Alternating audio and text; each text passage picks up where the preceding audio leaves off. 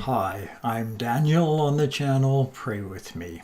Today's story begins after Moses led the Israelite slaves out of Egypt across the Red Sea to the foot of Mount Sinai. Moses left the people there and went up the mountain to talk with God. The people got tired of waiting to hear from God and Moses, so they collected all their gold jewelry, made a golden calf to represent the God that brought them out of Egypt, and had a holiday eating and drinking and worshiping the calf. When God saw this, he said to Moses, "I think we have a crisis. You'd better head back down because your people, whom you brought up out of Egypt, have turned away from me and made an idol in the shape of a calf." "In fact," said God, "I'm so angry at these stiff-necked people that I want to destroy them and start over again with you, Moses. I will make you into a great nation." Starting over like this was not a new idea for God. At creation, he started with Adam and Eve in the garden. But when that project went bad, he sent them away to start over on thorny ground. A few hundred years later, the thorny ground project went bad too.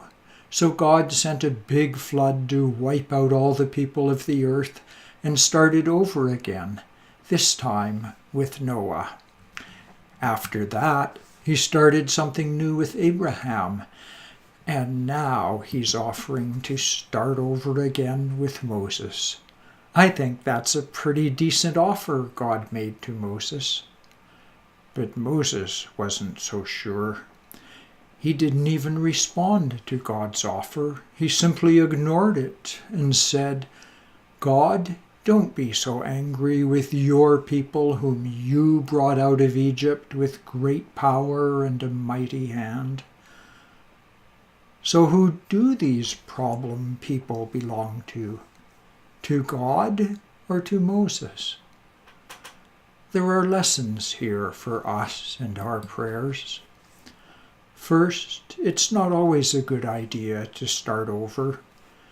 Divorce, church splits, quitting your job, declaring bankruptcy, moving to a new city, changing your name. These often look like the gift of a fresh start. But whatever problems you brought to your current situation, you will probably bring to the new situation too. Good on Moses for ignoring God's suggestion to start over with him. Second, think for a moment about who the problem people in your life belong to. We are all sons and daughters of God. Our children are His, not ours. Our church belongs to Him, not us.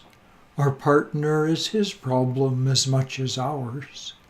Follow Moses' example in your prayers.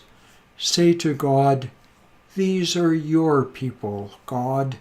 You created them, you love them, and you need to deal with them. Or at least you need to help me deal with them." Our Father in heaven, forgive our arrogance in thinking that if you started over with us, the new order would be a great success. Teach us instead to live in love and wisdom with all our fallen brothers and sisters. I'm Daniel on the channel Pray With Me.